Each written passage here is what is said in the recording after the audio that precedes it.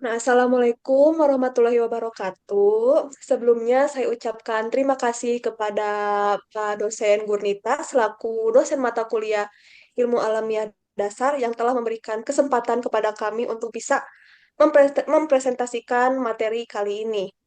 Sebelumnya, izin memperkenalkan diri, nama saya Direwsira Putri dengan IMPM akhiran 43, dan rekan saya Delia Kristina dengan akhiran IMPM 42. Lalu ada rekan saya satu lagi, Fahri Rejal Syukur dengan IPM akhiran 57. Oke, di sini kami akan membahas materi terkait makanan bergizi seimbang dan permasalahannya. Oke, lanjut saja. Pengertian makanan bergizi seimbang. Nah, menurut WHO, makanan bergizi seimbang adalah makanan yang dapat memenuhi kebutuhan tubuh akan energi, zat, gizi, air, dan yang lain-lain untuk pertumbuhan, pemeliharaan kesehatan, serta mencegah penyakit. Nah, di sini WHO menekankan bahwa pola makan yang bergizi harus mengandung kombinasi yang tepat dari berbagai zat gizi yang diperlukan, seperti karbohidrat, protein, lemak, dan lain sebagainya. Nah, di sini ada makanan bergizi menurut para ahli. Nah, beberapa ahli gizi mengartikan makanan bergizi sebagai makanan yang memenuhi kebutuhan energi, protein, lemak sehat, vitamin, mineral, dan serat yang seimbang. Nah, di sini juga ada komponen utama yang termasuk dalam kategori makanan bergizi menurut WHO. Yang pertama, ada pola makan yang beragam. Makanan harus mencakup berbagai kelompok pangan untuk memastikan tubuh mendapat berbagai macam zat gizi. Selanjutnya ada keseimbangan energi. Energi yang diperoleh dari makanan harus sesuai dengan kebutuhan energi tubuh untuk aktivitas sehari-hari. Selanjutnya ada kebutuhan makronutrien. Yang pertama ada karbohidrat sebagai sumber utama energi, lalu ada protein yang sangat penting untuk pertumbuhan, pemeliharaan, dan perbaikan sel. Selanjutnya ada kebutuhan lainnya seperti vitamin dan mineral. Lanjut, ada air. Tubuh manusia membutuhkan banyak cairan untuk menjaga keseimbangan elektrolit. Lalu, ada makanan yang aman dan bebas dari kontaminasi. Makanan harus bebas dari bahan berbahaya atau patogen yang dapat menyebabkan keracunan makanan atau penyakit. WHO juga menekankan pentingnya cara penyimpanan, persiapan, dan pemasakan makanan yang higienis. Selanjutnya, ada komponen gizi yang diperlukan oleh tubuh. Yang pertama, karbohidrat sebagai sumber energi utama tubuh. Ada contohnya seperti nasi, kentang, buah-buahan seperti apel dan pisang, kacang-kacangan, dan juga ada biji-bijian. Selanjutnya, ada protein. Protein adalah nutrisi penting yang dibutuhkan oleh tubuh untuk membangun dan memelihara jaringan serta sebagai sumber energi. Nah, beberapa contoh makanan yang mengandung protein, diantaranya ada telur, daging, ikan, kacang-kacangan, dan lain sebagainya. Selanjutnya, ada lemak. Lemak berfungsi untuk memberikan sumber energi, membantu penyerapan vitamin yang larut dalam lemak, melindungi organ-organ vital, dan lain sebagainya.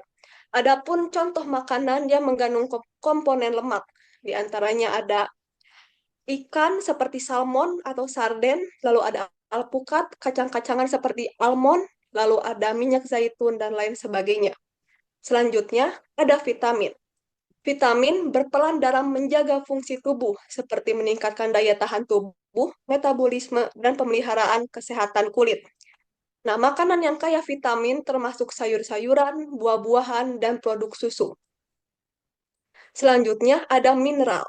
Mineral adalah senyawa anorganik yang terbentuk di alam, yang memiliki sifat fisik dan kimia tertentu, serta susunan kristal teratur dan atau gabungannya yang membentuk batuan, baik dalam bentuk lepas atau padu. Nah, banyak sekali berbagai jenis mineral yang sangat penting bagi tubuh. Salah satunya adalah kalsium. Nah, mineral dapat diperoleh dari makanan sehari-hari seperti buah, sayur, biji-bijian, daging tanpa lemak, ikan, dan produk susu rendah lemak. Selanjutnya, ada air. Air merupakan zat gizi makro esensial yang penting bagi tubuh manusia. Manfaat air bagi tubuh membentuk sel dan cairan tubuh, mengatur suhu tubuh, melarutkan dan membantu proses pencernaan. Nah, adapun kebutuhan air harian. Yang pertama, wanita dewasa disarankan untuk minum sekitar 1,6 liter air per hari. Selanjutnya, pria disarankan untuk minum sekitar 2 liter air per hari. Wanita hamil disarankan mengkonsumsi air sekitar 2,3 liter sehari. Wanita yang menyusui disarankan mengkonsumsi air sekitar 3,1 liter per hari. Lalu ada serat.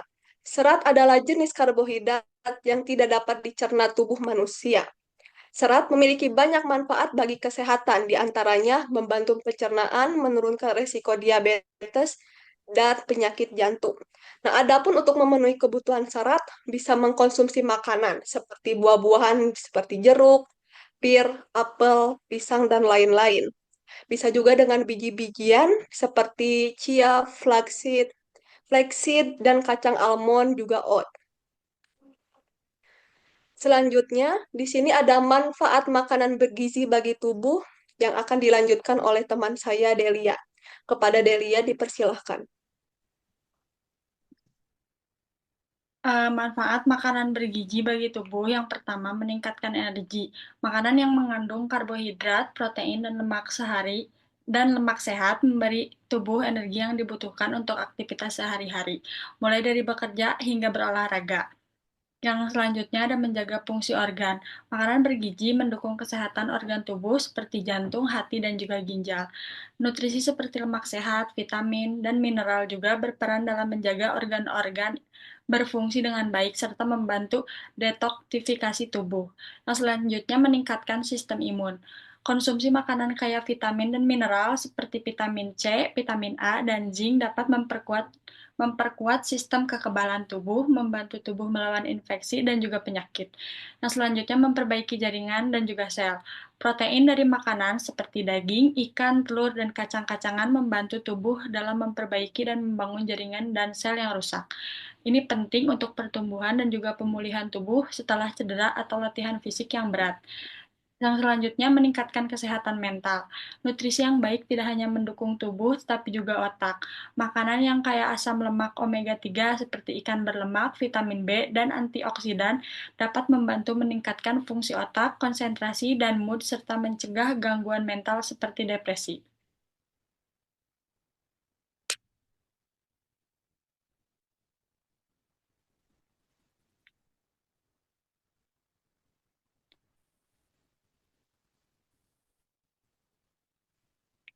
Nah, selanjutnya ada 4 sehat, 5 sempurna. Apa isi piring? Prinsip gizi seimbang. Yang pertama ada menu 4 sehat, 5 sempurna. Ada makanan pokok, lauk pauk, susu, sayur mayur, dan buah-buahan. Makanan pokok diiringi dengan karbohidrat sebagai tenaga utama yang didapat dari beragam bahan makanan pokok seperti beras, jagung, sagu, dan juga umbi-umbian. Umbi talas, talas, dan juga singkong, kentang, gandum, dan produk olahannya seperti mie, roti, dan juga pasta. Yang kedua ada lauk pauk. Lauk pauk adalah makanan yang berfungsi sebagai sumber protein, lemak, vitamin, dan mineral dalam pola makan sehari-hari. Selanjutnya ada nabati, yaitu berasal dari tumbuhan, seperti tahu dan juga tempe, sumber protein dari kedelai. Selanjutnya ada kacang-kacangan, kacang hijau, dan lain-lain. Terakhir ada jamur sebagai alternatif protein nabati. Lalu ada hewani berasal dari hewan. Yang pertama daging, yaitu daging sapi, daging ayam, daging kambing, ikan, seafood, lele, tuna, udang, cumi. Yang selanjutnya ada telur, telur ayam, dan telur bebek. Yang ketiga ada sayur mayur, sebagai sumber berbagai nutrisi penting seperti asam folat, potasium, karoten, zat besi, vitamin A, vitamin C, dan vitamin E, dengan kandungan air yang tinggi. Contoh sayur-sayuran antara lain terong, timun, bayam, kangkung, buncis, brokoli, wortel, tomat, kol, dan lain sebagainya.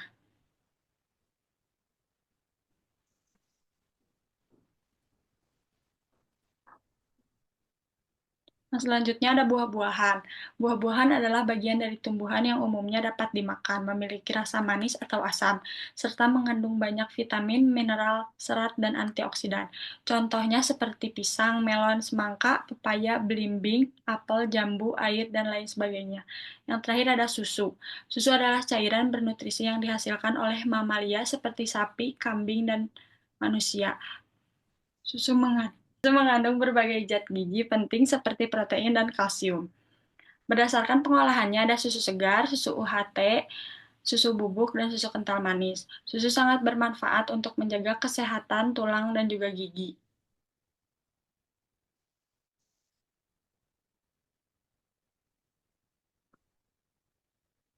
Permasalahan dalam penerapan pola bergizi seimbang di Indonesia masih terlihat.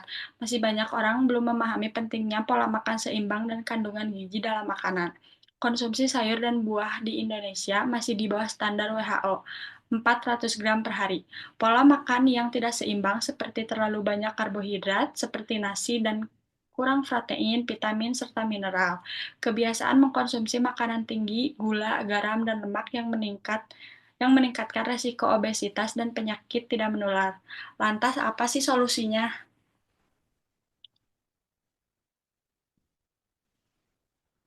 Permasalahan gizi seimbang. Menurut Kementerian Kesehatan Republik Indonesia, masalah gizi di Indonesia dibagi menjadi tiga, yakni masalah gizi yang sudah terkendali, yang belum dapat diselesaikan, dan yang mengancam kesehatan. Masalah yang sudah terkendali atau tertangani di Indonesia.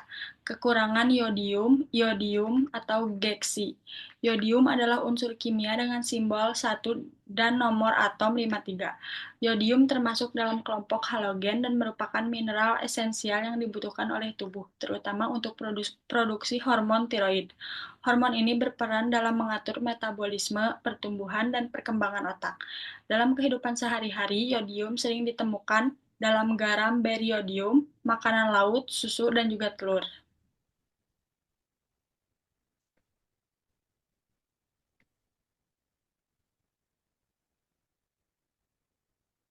Yang selanjutnya ada penyakit gondok. Gondok adalah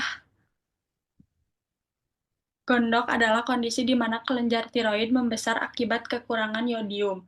Kelenjar tiroid membutuhkan yodium untuk memproduksi hormon tiroid T3 dan T4. Jika tubuh kekurangan yodium, kelenjar tiroid membesar dan membentuk benjolan di leher. Demi mencegah hal ini, bisa mengkonsumsi makanan kaya yodium, yaitu garam beriodium, makanan laut, susu, dan juga telur. Pada kasus berat, bisa diobati dengan terapi hormon tiroid atau tindakan medis seperti operasi jika gondok sangat besar. Yang selanjutnya, gangguan pertumbuhan pada anak. Kekurangan yodium pada anak dapat menyebabkan gangguan pertumbuhan fisik dan juga mental. Hormon tiroid sangat penting untuk perkembangan tubuh dan juga otak anak. Jika hormon ini kurang, pertumbuhan anak bisa terhambat. Anak juga akan kesulitan belajar karena daya ingat dan konsentrasi menurun. Hal ini bisa diatasi dengan memastikan anak mendapat asupan yodium yang cukup sejak bayi, baik dari ASI ibu jika mengkonsumsi cukup yodium atau dari makanan bergizi yang mengandung yodium.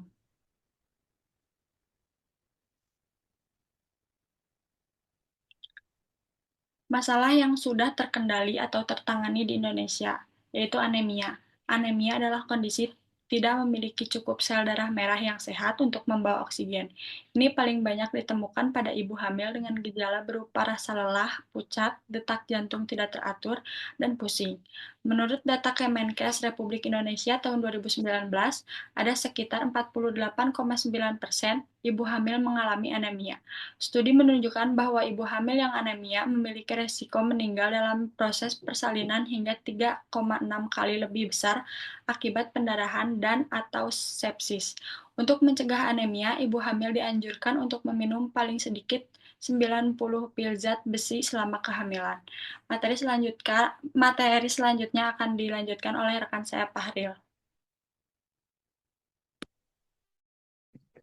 Masa yang belum terkali atau terselesaikan di Indonesia,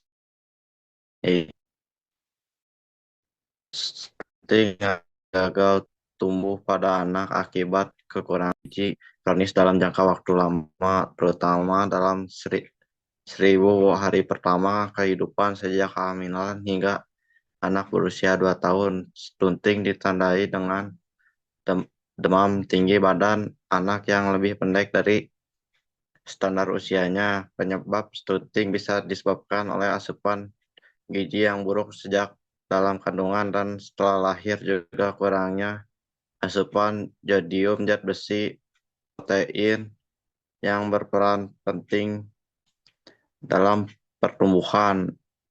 Adapun salah satu cirinya, postur anak lebih pendek dari anak seusianya, bisa ditangani dengan sang ibu memberi ASI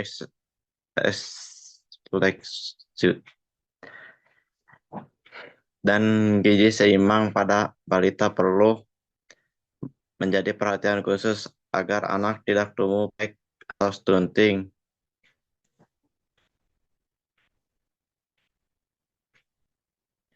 Masalah yang belum terkendali, kurang gizi adalah kondisi tubuh tidak mendapatkan nutrisi yang cukup untuk menjalankan fungsi penanti. Beberapa resiko berawal dari masalah gizi ini menstruasi, kekurangan vitamin, anemia, osteoporosis, penurunan kekebalan tubuh. Tentu saja hal paling utama dalam mencegah kurangnya gizi dengan makan makanan bergizi seimbang.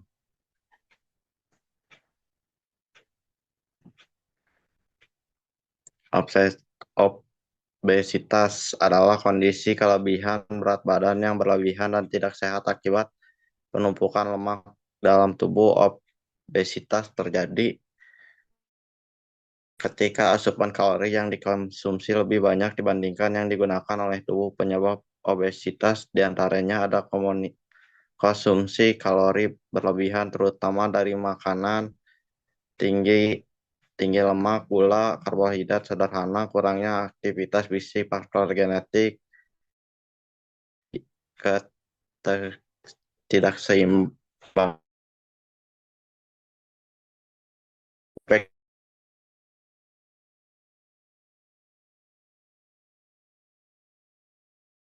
menyebabkan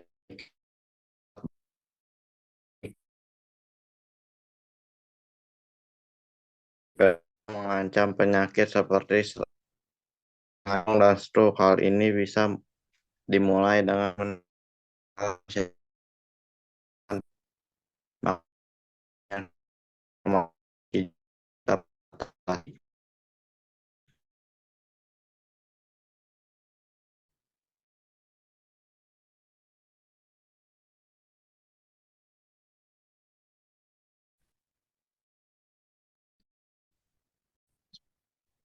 Sepuluh Pedoman gizi seimbang (PGS) dari Kementerian Kesehatan. Pedoman gizi seimbang (PGS) adalah prinsip makanan yang bertujuan untuk menjaga kesehatan dan mencegah penyakit. Oke, dari yang pertama, bisakah kita mengonsumsi aneka ragam makanan pokok? Batasi konsumsi penganan manis, asin, dan berlemak. Lakukan aktivitas fisik yang cukup dan pertahankan berat badan ideal. Bisakah yang mengandung protein tinggi? Cuci tangan pakai sabun dengan air mengalir. Bisakah sarapan? Bisakah minum air putih yang cukup aman? Banyak makanan buah, sayur. Bisakah membaca label pada kemasan pangan? Syukuri dan nikmati aneka ragam makanan. 10 pedoman gizi seimbang lebih relevan di kehidupan sekarang dan diharap masyarakat dapat melakukan yang tertera di dalam pedoman umum gizi seimbang PGSD.